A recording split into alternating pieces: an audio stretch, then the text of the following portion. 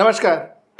Welcome to another episode of Beyond Headlines with Akhilesh Bhargava and me, Sujit Nair. Today we talk about a common friend of ours. And actually we dedicate this episode to her. This friend of ours, she has a small bakery in a small town near Bombay. And she bakes beautiful cakes, she bakes beautiful pastries, she bakes beautiful biscuits. Till demonetization, till 2015, till 2016, she would make around 1.5 lakh rupees from a bakery, and she would take home a decent amount of 50 to 60,000 rupees home. And she was pretty happy, she was very contented, and she was the epitome of Make in India. She was the epitome of business, of entrepreneurship. A young lady. After demonetization, 1.5 lakh rupees per month reduced to 50 to 60,000 rupees per month, which made her take home around 20,000 rupees, 20 to 25,000 rupees, to an extent where she is now almost decided to close down her shop. Is this what our economies come to, Akhilesh? And Akhilesh, the most important question is, you see, there is this entire thing about anti-cash. And anybody dealing in cash is supposed to be dealing in black. Okay. Now, one has to understand that there are two economies, the formal economy and the informal economy. It is not that the barber who cuts your hair, a small barber shop, I'm not talking about the big ones, a small barber shop who cuts your hair, or the cobbler who makes you shoes. It's not that they are black money hoarders. They are informal economy. They are small economy earning 10,000, 20,000, 50,000 rupees home in their business. Maybe taking 15,000 rupees home and reinvesting the rest. Demonetization has killed informal economy to help formal economy. So to help big businessmen, they have killed small businessmen. And ironically, today India is looking at those small businessmen as if they are some kind of a criminal. A bakery, you don't go and pay check to a baker. You don't necessarily always swipe a card with a baker. You pay 30 rupees, take a biscuit and go and eat, and that's how it's normally done. Normally done all over the world. India can't be different. So a baker who is making 60,000 bucks a month, if she has to suffer because of an economic decision, the government is responsible and the government is supposed to be blamed for it. I got a little emotional in my start, so I guess... Well, she's a common friend. We had better be emotional. But what you're saying is a fact, Sujit. What you did not actually mention more precisely was she's not making any profits at the moment. She incurs a loss. And she has now come to a situation where she would want to close down the bakery. To take off from where you said, yes, we have a cash economy and we have a non-cash economy. Sadly, the cash economy has been given a label of being illegal, illegitimate, illicit. But India has a huge cash economy which is legitimate. Agriculture is income tax free. It still is conducted in cash. Correct. You still don't have villages where you can swipe a card. Correct. So agriculture is still in cash. Small traders, small service providers, a plumber doesn't carry a credit card machine to be able to swipe the card and pay him. So there is a vibrant cash economy, and this part of the cash economy is not a tax evader economy. How much does a plumber earn a month to be called a tax evader? So that economy is there. Like this bakery is there. It is not a tax evaded economy. So this informal economy, which we define as the economy whose transactions are largely in cash, has been at the receiving end. So demonetization, which started with, we do not know which tax evaders in mind, because all the tax evaders have now deposited their cash into the system. But it really hit this sector very badly. The informal sector. The informal sector. Now, why you're right in saying that, the informal sector suffered and the big sector benefited is because all that consumer spending that used to happen still happens. But now probably it has shifted to the bigger ones. So if somebody doesn't go to a bakery now, he goes to a big shop in a mall. And that big shop owner, which is a chain of shops owned by a multinational, it could be, if Amazon had its own outlet, it could be those kind of shops which are benefited and the smaller ones are suffering. So the informal sector in the present regime has suffered. Demonetization has become the poster boy, but a series of other actions is what have impacted them pretty badly. I'll give you instances. The government took a series of steps against tax evasion. Good. But they equated cash as illegal. Not good. It was not so. And to come down heavily on it, the laws got changed. Now the compliance cost for business has shot up.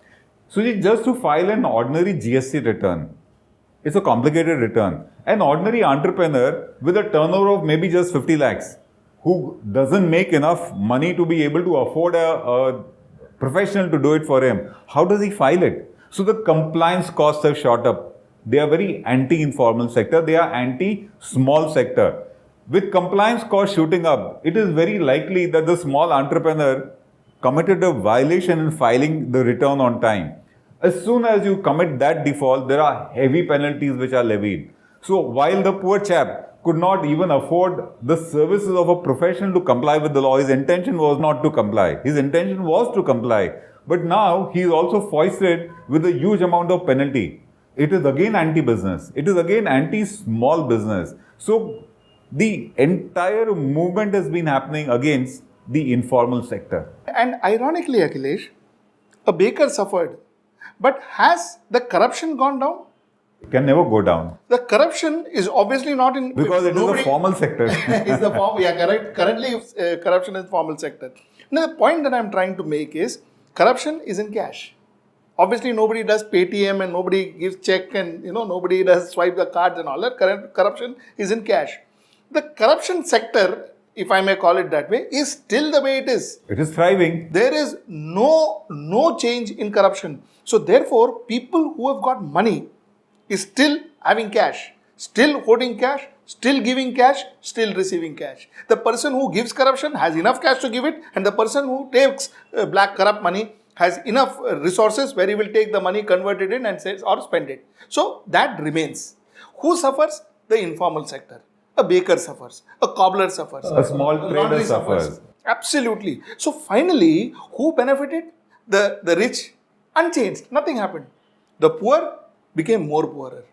What kind of economic decision is this? See, the poor became poorer. Inequalities and iniquities have shot up. So now it is beyond the small entrepreneur's ability to even think of competing. Forget thriving, he is in a position of how do you survive. It's that bad a scene. And then on top of that, you mentioned about corruption, I would mention also about red tapeism. The red tapeism remains. You don't have any simple procedures by which you can start your business and take it off. You don't have a situation where the government likes to claim a single window clearance. Believe me, there is nothing called a single window clearance. Under the register of companies, for example, you can form a company and get all your PAN numbers, etc. They say by virtue of one form. But just trying to do it sometimes takes 8 weeks. Correct. So there is nothing called a single window clearance. There is no ease of doing business for the small entrepreneur. For the big one, it was always easy. The big one always had access to the Prime Minister. Yes, always had a single window. Yes. The Minister's office or the Prime Minister's office. Call up and you with that single window, everything would be done. So he never was in a problem. And then the small suffers here. When he's suffering further and then he wants a bank credit, it becomes as, oh, your turnover is not officially on your books. The turnover, poor thing, has shrunk. So how do I give you a bank loan? So again, if you notice, all the biggest giant NPAs are the big ones. The small one never got the bank credit. So again, the informal sector gets pressurized. It's a combination of all these policies that you were referring to. Akhilesh, I don't want any viewers of us to take a view that, we are trying to criticize the government or we are trying to be, all this is not our intention. Our intention is, has the poor been always let down in India? Of course, they have been let down in India. Right from the independence till date, they have been let down in India. Agricultural workers let down in India. Farmers let down in India. No doubt about it. But the fact remains that what demonetization has done is they have not just let them down, they have actually almost killed them. Literally, they cease to exist today. They question their existence. And ironically, the rich, whom Narendra Modi and his entire entourage, Ramdev Baba and all these people, when they, in 2012, 2013, the entire crusade against black money, they have actually helped black money grow more.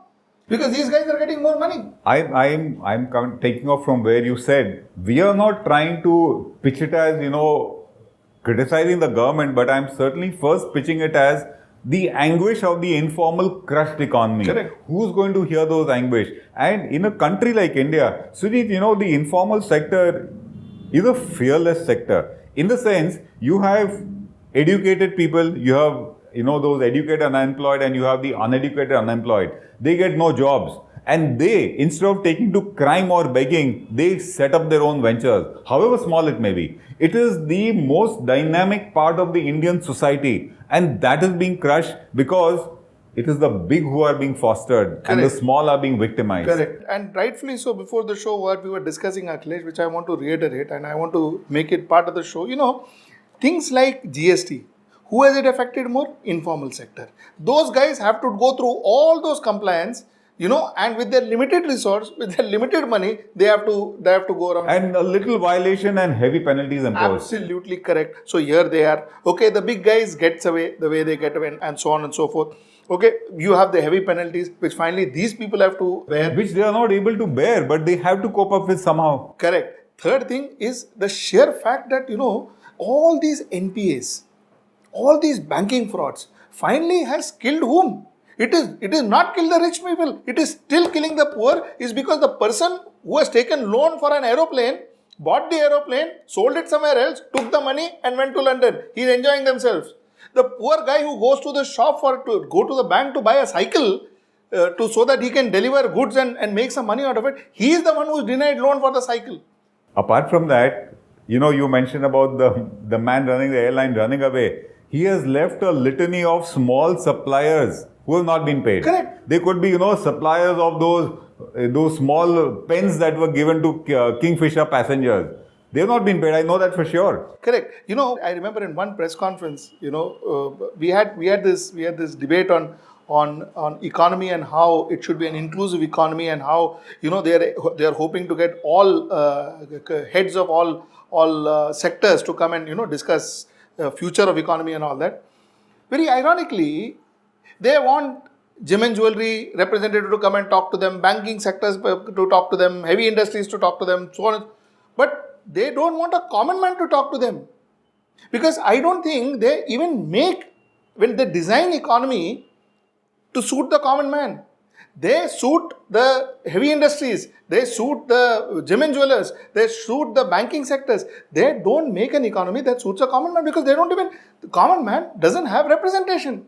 The common man doesn't have reach, he doesn't have voice, he doesn't have influence, he doesn't have power.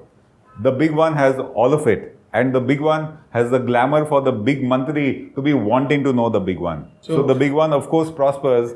Is the opposite for the small entrepreneur. Absolutely. So I think, long and short, to conclude our conversation, our friend suffers and definitely, possibly in the next couple of months, her shop will be shut. I would blame the government for it. The government is solely responsible if she shuts her shop. This was the payback she got for believing in the Achhe Din. Namaskar. For more such episodes, please subscribe to HW News and press the bell icon for instant notification. Also, do give this video a like and share the video to spread the word around.